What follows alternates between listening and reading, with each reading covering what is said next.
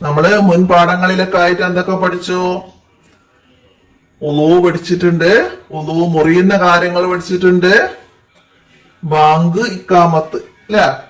അതൊക്കെ കഴിഞ്ഞ് നമ്മൾ എന്ത് ചെയ്യണം? ഇനി നിസ്കരിക്കണം.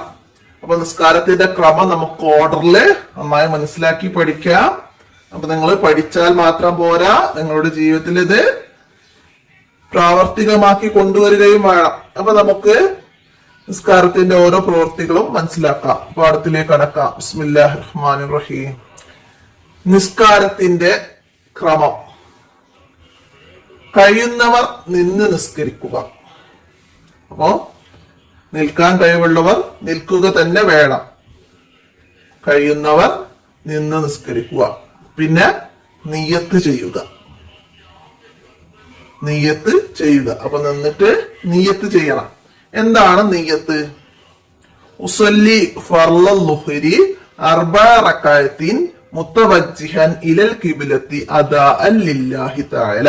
അപ്പൊ നമ്മളിവിടെ ളുഹ്റ നിസ്കാരാണ് എന്ന് മനസ്സിലാക്കാം. അപ്പൊ ഇവിടെ ളുഹ്റ നിസ്കാരത്തിന് നിയ്യത്ത് ചെയ്യുകയാണ്. ഉസല്ലി ഫർളൽ ളുഹ്രി അർബഅ റകഅത്തിൻ മുത്തവജ്ജിഹൻ ഇലൽ ഖിബ്ലത്തി അദാഅൻ ലില്ലാഹി തആല. അപ്പൊ അങ്ങനെ നിയ്യത്ത് ചെയ്യാണ്. അതെന്താണ്? അതിന്റെ അർത്ഥം എന്താണ്? ളുഹ്ർ എന്ന ഫർള് 4 റകഅത്ത് ഖിബ്ലക്ക് മുന്നിട്ട് അല്ലാഹുവിന് വേണ്ടി ഞാൻ നിസ്കരിക്കുന്നു.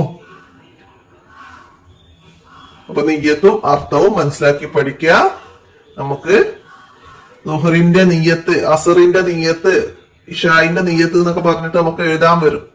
അപ്പൊ ഇവിടെ ളുഹറും അസറും ഇശാവും 4 റകഅത്താണ്.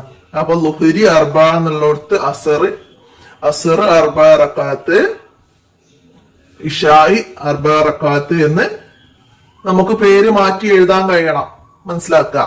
അപ്പൊ ഈ നിയ്യത്ത് ചെയ്തുകൊണ്ട് അല്ലാഹു അക്ബർ എന്ന് ചൊല്ലിക്കൊണ്ട് കൈ ചുമലിന് നേരെ ഈ ചിത്രത്തിൽ കാണുന്നത് പോലെ നമ്മുടെ 2 കൈകളും ഇങ്ങനെ നമ്മുടെ ഷോൾഡറിന്റെ മുകളിലേക്ക് ആക്കിയിട്ട് ചുമല് ചെവിന്റെ അവിടം വരെ എന്ത് ചെയ്യണം? ഉയർത്തണം.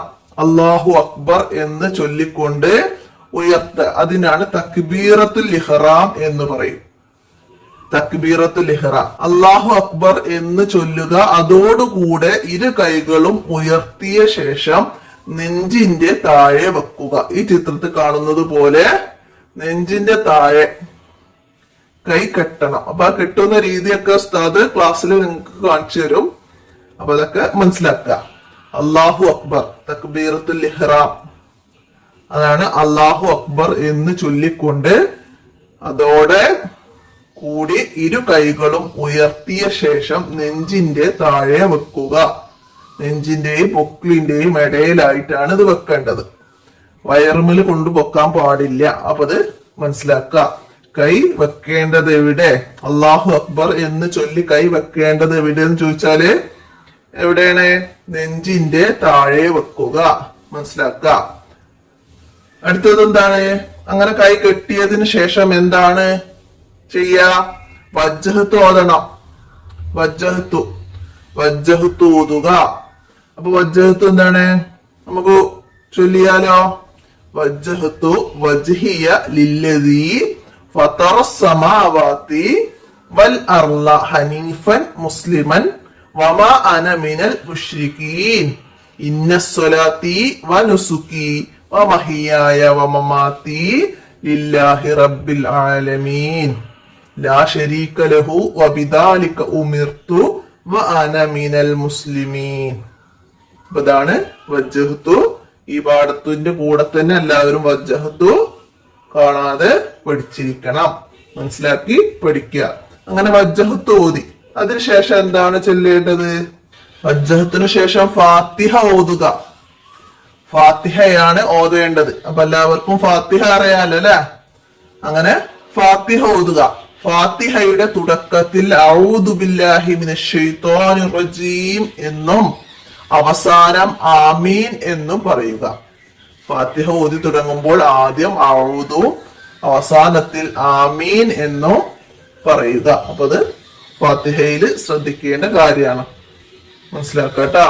അപ്പോ നിസ്കാരത്തിൽ ഫാത്തിഹ ഓതുമ്പോൾ ശ്രദ്ധിക്കണം. ഫാത്തിഹ ഓതുമ്പോൾ പറയണം എന്തുകൂടി? തുടക്കത്തിൽ അഊദു ബില്ലാഹി മിനശ് ശൈത്വാനിർ റജീം എന്നും അവസാനം ആമീൻ എന്നും പറയുക, മനസ്സിലാക്കട്ടാ. അടുത്തത് ഇനി സൂറത്ത് ഓതുക. അപ്പൊ വജ്ജഹത്ത് ഓതി കൈ കെട്ടിക്കൊണ്ട് തന്നെയാണ് നമ്മൾ നിൽക്കുന്നത്.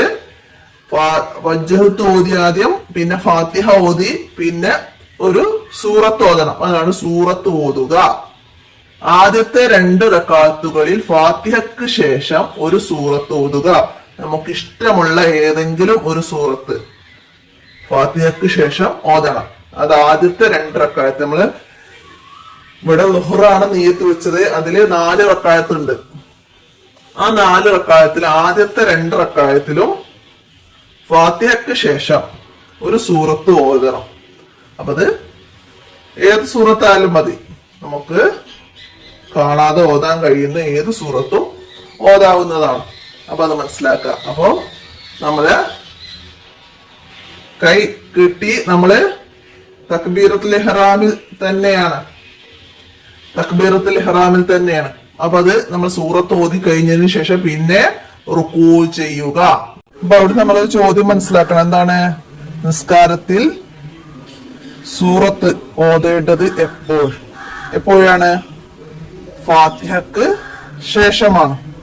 ഫാത്തിഹ ഓതേണ്ടത് എപ്പോൾ എന്ന് വെച്ചാലോ വജ്ജഹത്തൂന് ശേഷമാണ്. വജ്ജഹത്തൂന് ശേഷം ഫാത്തിഹ ഓതുക, ഫാത്തിഹക്ക് ശേഷം സൂറത്ത് ഓതുക. അത് ആദ്യത്തെ 2 റക്അത്തിലും സൂറത്തുകൾ ഓതണം. അപ്പൊ അത് മനസ്സിലാക്കട്ടോ. റുക്കൂ ചെയ്യുക. റുക്കൂയിൽ സുബ്ഹാന റബ്ബിയൽ അലീം വബിഹംദിഹി എന്ന് 3 തവണ ചൊല്ലുക. അപ്പൊ അത് റുക്കൂയിന്റെ രൂപം എങ്ങനെയാണെന്നുള്ളത് ഇവിടെ പറയുന്നുണ്ട്. അപ്പൊ ഇത് സ്കാൻ ചെയ്താൽ നമുക്ക് നിസ്കാരത്തിന്റെ രൂപം വീഡിയോ ആയിട്ട് നിങ്ങൾക്ക് ലഭിക്കുന്നതാണ്. അപ്പൊ അതൊക്കെ ഉപകാരപ്പെടുത്തുക. റുക്കൂയിൽ എന്ത് ചൊല്ലണം? സുബ്ഹാന റബ്ബിയൽ അലീം വബിഹംദിഹി എന്ന് 3 തവണ ചൊല്ലണം, മനസ്സിലാക്കുക. റുക്കൂയില് സുബ്ഹാന റബ്ബിയൽ അലീം വബിഹംദിഹി എന്ന് 3 തവണ ചൊല്ലണം. ഇത് സുബ്ഹാന റബ്ബിയൽ അലീം വബിഹംദിഹി എന്ന് 3 തവണ ചൊല്ലണം. എപ്പോഴാണ്? റുക്കൂയിലാണ്. അപ്പൊ അതൊക്കെ മനസ്സിലാക്കി പഠിക്കണം. ഇത് വിട്ട ഭാഗം പൂരിപ്പിക്കാൻ വരും. സുബ്ഹാന റബ്ബിയൽ ഡാഷ് വബിഹംദിഹി എന്താണ്? അലീം എന്ന്.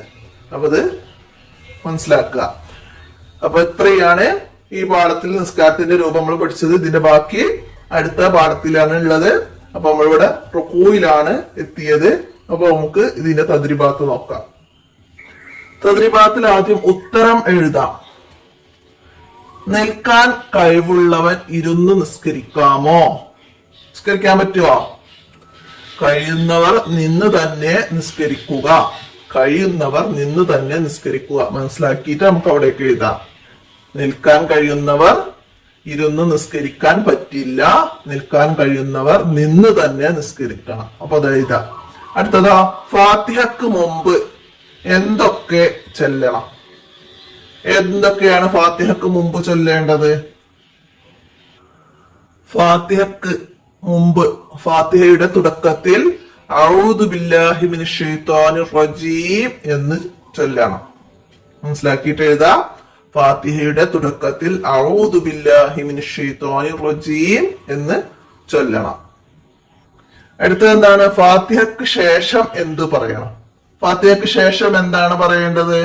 നമ്മൾ അവിടെ തന്നെ പറഞ്ഞിരുന്നു. അവസാനം ആമീൻ എന്ന് പറയുക. ഫാത്തിഹക്ക് അവസാനം ആമീൻ എന്നും പറയുക. പിന്നെന്താണ്? മനപ്പാഠമാക്കണം. വജ്ഹത്ത് വജ്ഹിയ. അപ്പൊ അത് എല്ലാവരും ഈ പാഠത്തിന്റെ കൂടെ തന്നെ, ഈ പാഠത്തിൽ നമ്മള് വജ്ഹത്തും പിന്നെ റുക്കൂയിലെ ദിക്റും പഠിക്കുന്നുണ്ട്. അത് ഈ പാഠത്തിന്റെ കൂടെ തന്നെ പഠിച്ചാൽ നമുക്ക് അടുത്ത പാഠത്തിൽ ബാക്കി ദിക്റുകളോ സ്വലാത്തുകളൊക്കെ ഉണ്ട് പഠിക്കാന്. അപ്പൊ അതൊക്കെ പഠിക്കണം. അപ്പൊ ഇതിന്റെ കൂടെ തന്നെ എല്ലാവരും ആവർത്തിച്ച് പറഞ്ഞ് അത് പഠിക്കട്ടാ. ഇനി അടുത്തത് എന്താണ്? ക്രമീകരിച്ച് നമ്പർ ഇടാം. ഇതില് ഓർഡർ പ്രകാരം നമ്പർ ഇടണം.